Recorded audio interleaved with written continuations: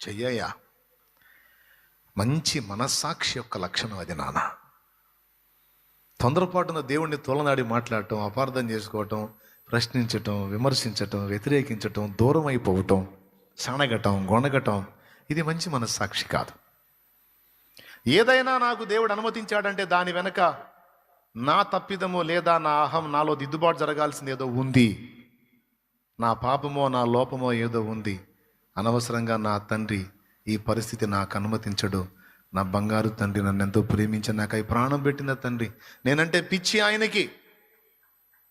అలాంటి ప్రేమ కలిగిన నా తండ్రి నన్ను అప్పజెప్పాడంటే ఊరకు అప్పజెప్తాడా? ఏదో నచ్చలా నాలో అవి వదలగొట్టడానికి, నన్ను సరిచేయటానికి, నా మేలు కోరి నన్ను ఈ బాధల్లో నలుపుతున్నాడు. ఆయనకే స్తుతి కలుగును గాక. అన్నాయన అన్నాయన అన్నాయన అన్నాయన ఆయనకే అనమ్మా అనరా అంతల్లి, ఆయనకే స్తుతి కలుగును గాక. ఆయనకే.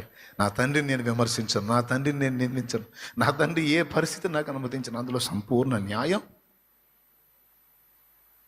సంపూర్ణ నా క్షేమం, పరిపూర్ణ ఆయన ప్రేమ, ఇదే ఉంటుంది తప్ప వేరేది ఉండదు.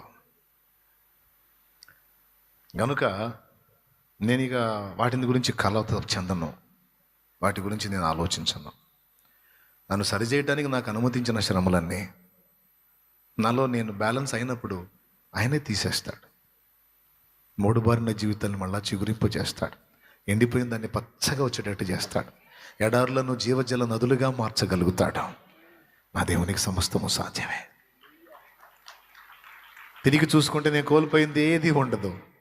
ఎదురైన ప్రతికూలతలన్నీ కూడా నాకు ఆశీర్వాదాలుగానే మారి ఉంటాయి.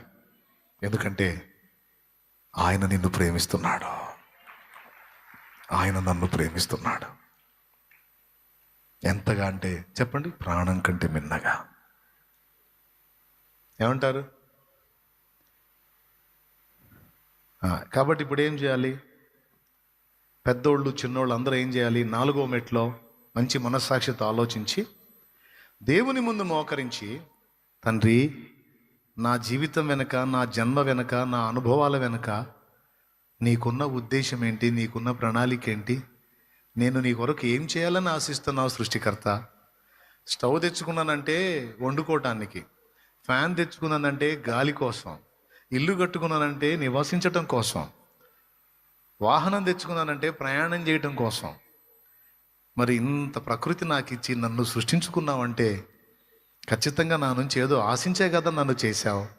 ఏం ఆశించావు తండ్రి అని అడగాలా లేదా నాయన? ఎంతమంది